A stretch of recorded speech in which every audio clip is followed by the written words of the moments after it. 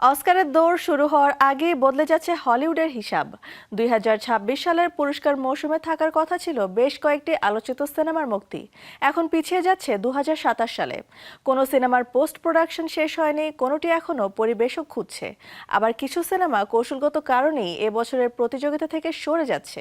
তাহলে কি এসব সিনেমা দুর্বল, নাকি পুরস্কারের দৌড়ে সঠিক সময় বেছে নেওয়াটাই এখন বড় কৌশল? বিস্তারিত থাকছে প্রতিবেদনে।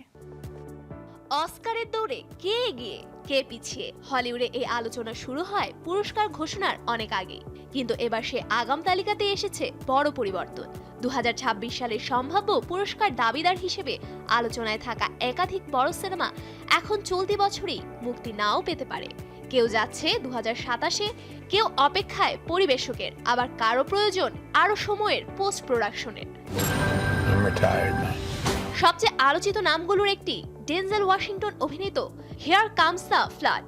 নিউ জার্সিতে শুটিং শেষ হলেও পোস্ট প্রোডাকশনের জন্য সময়টা বেশ কম, তাই সিনেমাটি মুক্তি পেতে পারে 2027 সালে। একই পথে হাঁটতে পারে স্যাটার্ন রিটার্ন। 2026-এর পরিবর্তে আগামী বছরের মার্চে সাউথ বাই সাউথ ওয়েস্ট উৎসবে যাত্রা শুরু হতে পারে সিনেমাটির, আর সেটি হলে সিনেমাটি ঢুকে পড়বে 2027 সালের নতুন অ্যাওয়ার্ডস রেসে। The road doesn't take you home. তালিকায় আছে আরো বড় নাম, ব্র্যাড পিট অভিনীত দ্য রাইডার্স এবং কিয়ানু রিভস, কার্স্টেন ডান্স্ট অভিনীত রুবেন অস্টলুন্ডের the entertainment system is down. দুটি 2027-এর দিকে যাচ্ছে, তবে A24 এর জন্য গল্পটা একটু আলাদা। দুটি বড় সিনেমা পিছিয়ে গেলেও প্রতিষ্ঠানটি 2026 সালের জন্য বেশ কয়েকটি সিনেমা হাতে রেখেছে। Hi, come in. Nice to see you. We are so happy you're এর মধ্যে রয়েছে দি invite, the ডেভিউট, Misti green, prime time O club kid.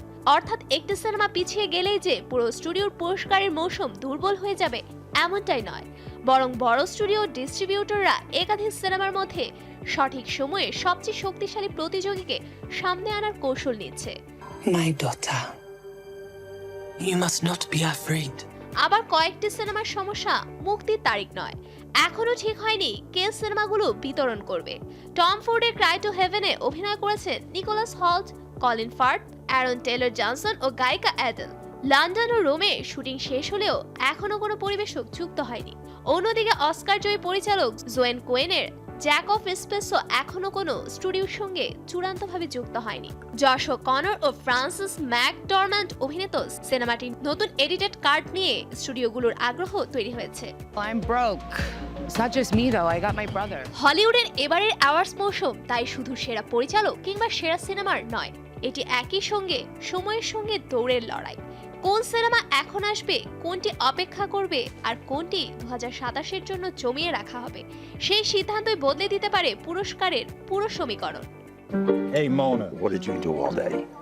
সফুর Afrin, Showbiz Tonight. Today I auditioned for a musical show.